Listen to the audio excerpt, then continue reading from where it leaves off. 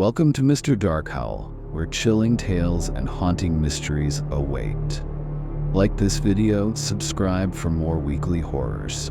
Now, let the story begin. The moment I stepped into St. Gertrude's Hospital, the air turned colder.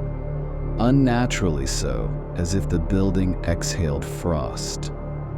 My first thought was that the stories I had heard were just myths, ghost tales spun by the locals to scare newcomers like me. Yet as the heavy oak doors groaned shut behind me, I couldn't shake the feeling that I was being watched. My pulse quickened when I noticed the corridor stretched far longer than it should have. Dim fluorescent lights flickered above, and the smell of antiseptic mixed with something rancid. I was here to debunk the rumors for my investigative podcast, but suddenly, I wasn't so sure this was a good idea. A high-pitched sound like a heart monitor flatlining pierced the air and made me freeze in my tracks. I spun around, my flashlight cutting through the gloom, but I was alone, or so I thought. A faint rustling came from behind a door labeled Ward C, Restricted Access. I approached cautiously, feeling like a fly caught in a spider's web. The moment I pushed the door open, the stench hit me, a mix of rot and something metallic, like rusted iron. Inside was a large, empty ward with rows of decrepit hospital beds. But as I took a step forward, every bed creaked as though invisible patients shifted in unison. A sudden, blood-curdling scream erupted from the shadows, and when I spun to flee, the door slammed shut behind me. Desperation clawed at me as I banged on the door, but it didn't budge. A faint voice called my name, and I turned to see a young girl standing in the far corner of the room. She couldn't have been more than 8, her face pale and eyes hollow. "You shouldn't have come," she whispered, clutching a stuffed rabbit that dangled limply from her hand. My heart sank. She reminded me of my little sister, who had died when I was her age. Tears burned my eyes as she stepped closer, her fragile form trembling. "They don't let us leave," she said, her voice cracking. "You won't leave either." I reached out, wanting to comfort her, but my hand passed through her as if she were made of smoke. The girl pointed to the far end of the ward, and I followed her gaze to see a dark, writhing shape that didn't belong to this world. The massive shadows pulsed and coiled like a nest of serpents, and from its center emerged skeletal hands clawing at the air. "That's where the patients go," the girl whimpered. "That's where they become part of it." My stomach churned as I realized the beds weren't empty. They were filled with decayed remains that twitched and spasmed as if still alive. The black mass surged toward me, and as I stumbled backward, the girl's eyes turned black, her voice echoing with 1,000 screams. "Run," she hissed, "but it will find you." Somehow, I escaped the ward and found myself back in the main corridor, though I had no memory of how I got there. The air was suffocating, my head pounding with disjointed whispers that seemed to come from every shadow. I bolted for the exit, but the doors wouldn't budge. Behind me, a guttural growl grew louder, followed by the unmistakable sound of dragging footsteps. As I turned, my flashlight flickered, and for a split second, I saw the black mass barreling toward me, consuming everything in its path. Then I blacked out. I woke up outside, sprawled on the frost-covered pavement. St. Gertrude's loomed behind me, its windows dark and unyielding. The stuffed rabbit lay beside me, its fabric damp and torn. Scratched into its surface were 2 words, "Come back." The hospital was silent now, but deep in my bones, I knew it wasn't over. Something had followed me, and it wouldn't rest until I returned. I wasn't sure why I went back. Maybe it was the rabbit. Maybe it was the nightmares. the endless replay of skeletal hands clawing at my ankles, pulling me toward that abyss of shadows. Or maybe it was the voice. It started a week after I left St. Gertrude's. Soft whispers at first, growing louder each night until it roared in my skull. Come back. You left something behind. I didn't know what, but the weight of guilt pressed against my chest like a stone. St. Gertrude's had taken something from me, and I was determined to get it back. The hospital loomed ahead, its dark silhouette sharper than I remembered, as if its edges had grown teeth. The doors opened before I could touch them, the groan of rusted hinges cutting through the silence. Inside, the air was thick with decay, the faint glow of flickering lights casting warped shadows on the walls. As I stepped inside, the smell hit me, a pungent blend of rot and disinfectant, more potent than before. My flashlight revealed the same endless corridor, but something was different now. The walls weren't just cracked, they pulsed. A faint, rhythmic thrum vibrated beneath my feet, as if the building had a heartbeat. I took a hesitant step forward, and that's when I saw it. My name, written in blood, stretched across the far wall. Kevin, where's your sister? My legs buckled, and I dropped to my knees. The words blurred as tears filled my eyes. I hadn't spoken about her in years, had buried the memory so deep I convinced myself it no longer hurt. Emily had been everything to me.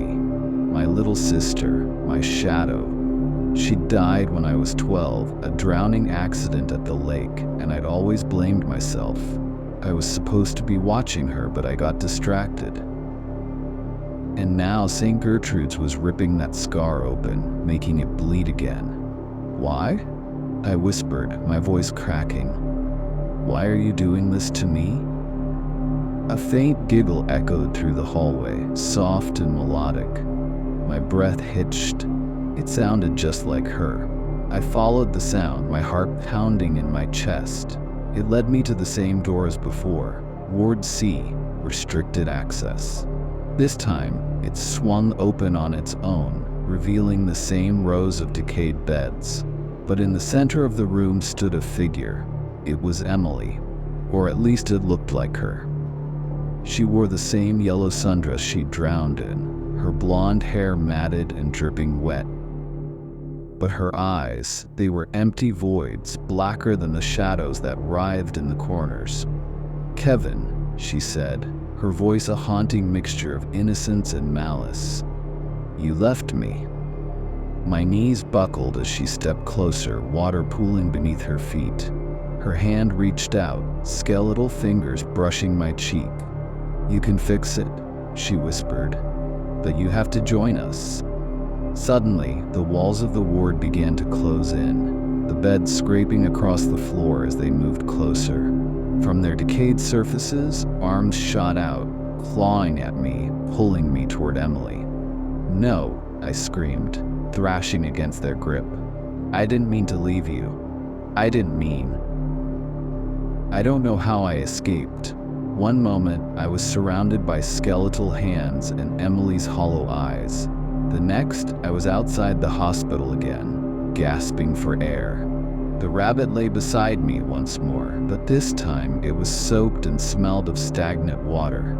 Scratched into its fabric was a new message. She's waiting for you at the lake. I stared at the words, my mind spinning. Emily was dead. She'd been dead for 20 years.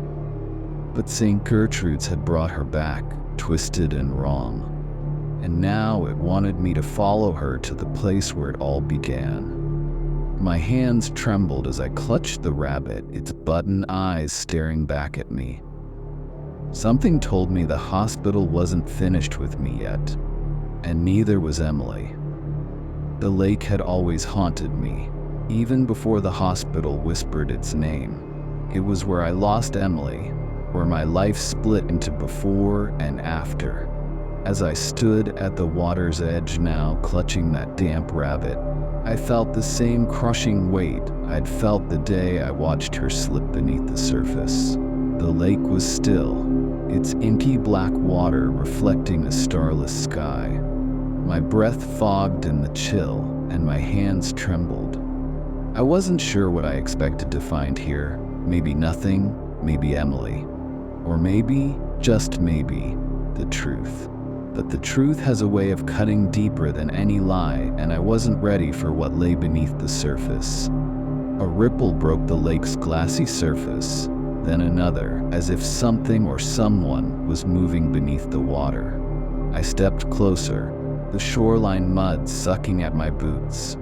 "Emily?" I called, my voice trembling. The word felt wrong, like it didn't belong here. The ripples grew larger, converging into a single, deliberate motion heading toward me. My heart thundered in my chest as a hand broke through the surface, pale and skeletal, its fingers impossibly long. It clawed at the air before sinking back into the depths. Then, another hand emerged, followed by another, until dozens of them reached out from the water, grasping at nothing and everything. My legs locked in place as I realized they weren't just hands, they were pulling something up. The thing they dragged from the lake was Emily, or at least what was left of her. Her skin was pale, bloated, and waterlogged, her once bright eyes now hollow pits. But her face, God, her face, it was still hers. I dropped to my knees, the world spinning as tears blurred my vision. "I'm sorry," I whispered, my voice cracking. "I'm so sorry." Her head tilted, the movement unnatural, as if her neck couldn't quite support the weight. "You left me," she said, her voice distorted, a gurgling mix of anger and sorrow. "You promised to keep me safe." Her words hit like daggers, reopening wounds I thought had scarred over. "I was just a kid," I sobbed. "I didn't know." She cut me off with a sharp, guttural scream that echoed across the lake, silencing the world around us. The hands began to retreat, pulling her back into the water, but not before she reached out toward me. "They showed me the truth," she said, her voice quieter now, almost tender. "You didn't just lose me, Kevin.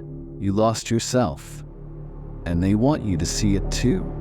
As she sank beneath the surface, the lake began to churn violently, its waters frothing and bubbling as if boiling. Shapes moved within it, shadowy figures that defied logic. One of them broke the surface, a grotesque amalgamation of limbs and faces, its form constantly shifting. It stared at me with dozens of eyes, and in the chaos, I heard its voice in my head. "Come back to us, Kevin. You belong here." I stumbled away from the lake, my mind reeling, but the whispers followed me. They spoke of things I didn't understand, fragments of memories I didn't recognize. By the time I reached my car, I was shaking so badly I could barely get the key into the ignition. But as I sat there trying to catch my breath, I noticed something in the passenger seat, a photo I didn't recognize. It was of Emily and me at the lake, but it wasn't from the day she drowned. She looked older, her face gaunt, her eyes dark. And scrawled across the bottom of the photo in the same jagged handwriting I'd seen at the hospital were the words, "This isn't over." The rabbit sat beside the photo, its button eyes staring at me like it knew something I didn't.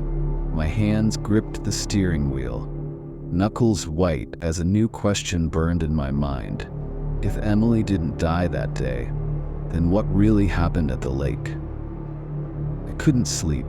The photo from the car sat on my bedside table, and every time I closed my eyes, Emily's face stared back at me. Not the sister I remembered, but the one from the lake. Gaunt, hollow, and impossibly alive. The words, "This isn't over," echoed in my mind like a curse. What did it mean? My memories of the day she drowned were clear, weren't they? I was there. I saw her go under. And yet doubt began to creep in, turning familiar recollections into a foggy haze. The hospital, the lake, and now this photograph.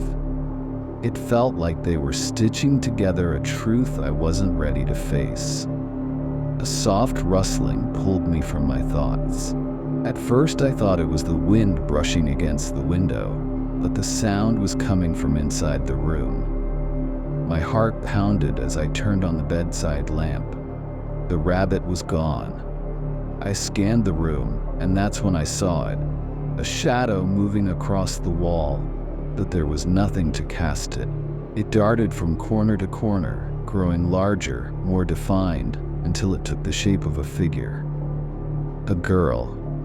"Kevin," she whispered, her voice cold and distant.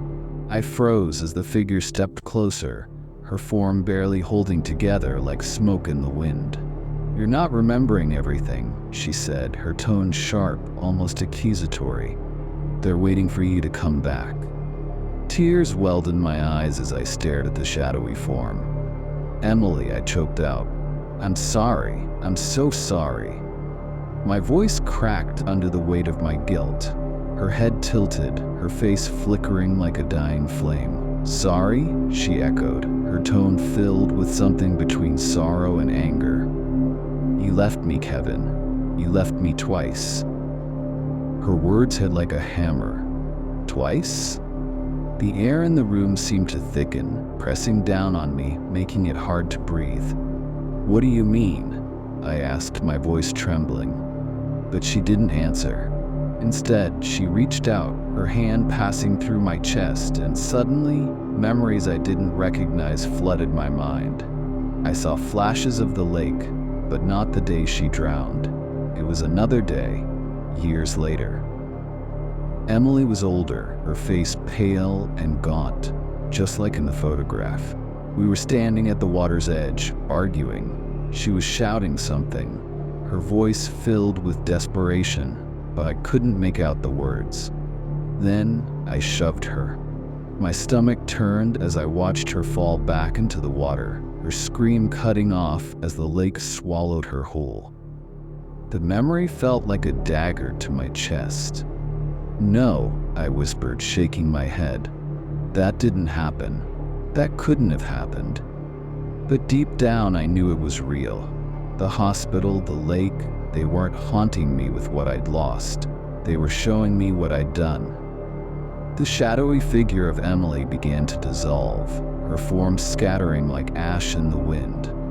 "You have to come back," she whispered, her voice fading. "You have to face it." And then she was gone, leaving me alone in the suffocating silence of my bedroom. The rabbit reappeared on the bedside table, its button eyes glinting in the dim light. A new message was stitched into its fabric. "Ward C holds the truth." My hands trembled as I picked up the rabbit, the weight of its message heavy in my palm. The hospital wasn't just a place of horror. It was a mirror, reflecting the darkest parts of myself. And if I wanted to understand what really happened, I would have to go back to Ward C. The whispers began again, louder this time, calling me back to where it all began. But this time, they didn't just say my name. They said hers too, Emily. St. Gertrude's loomed larger than ever, its silhouette jagged and monstrous against the night sky. I stood at the threshold, staring up at the decaying facade, knowing this was the end, one way or another. The whispers that had followed me for weeks were a roar now, echoing Emily's name and mine in a terrible, inhuman chorus. My hands trembled as I pushed the doors open. The air inside was colder than before, heavy with the stench of decay. The walls seemed alive, pulsing and shifting, as if the building itself was a living, breathing thing. My steps echoed in the endless hallway, leading me back to the one place I swore I'd never return, Ward C. The door to Ward C stood ajar, creaking softly as I approached. Inside, the beds were no longer empty. Figures lay beneath the tattered sheets, their forms shifting and writhing as if trapped in some eternal torment. At the far end of the room stood Emily, her body impossibly whole, her blonde hair cascading down her back. But when she turned to face me, her eyes were voids of darkness, her smile a twisted mockery of the girl I once knew. "You came back," she said, her voice dripping with venom. "You think you're here to save me? You're not. You're here to face what you did." The beds began to shake, their occupants sitting up one by one. Their faces were grotesque parodies of humanity, some decayed, others mutilated. They stared at me with accusing eyes, their voices rising in a chorus of pain and rage. "You left us," they hissed. "You abandoned us." My knees buckled as the weight of their words crushed me. Emily stepped closer, her face shifting between the innocent child I remembered and the vengeful specter she had become. "Do you remember now, Kevin?" she asked. "Do you remember what you did?" The memory hit me like a tidal wave. I saw myself at the lake, older now, dragging Emily toward the water. She had escaped sting. Gertrude somehow, but I, consumed by fear, anger, and guilt, had brought her back. I'd pushed her into the lake, knowing the hospital would reclaim her. "No," I whispered, tears streaming down my face. "I didn't mean to. I was scared. I didn't know what to do." Emily's face softened for a moment, a flicker of the sister I had loved so dearly. "You were scared," she said, her voice trembling with sorrow, "but you chose to save yourself instead of me." Her words shattered what was left of my composure.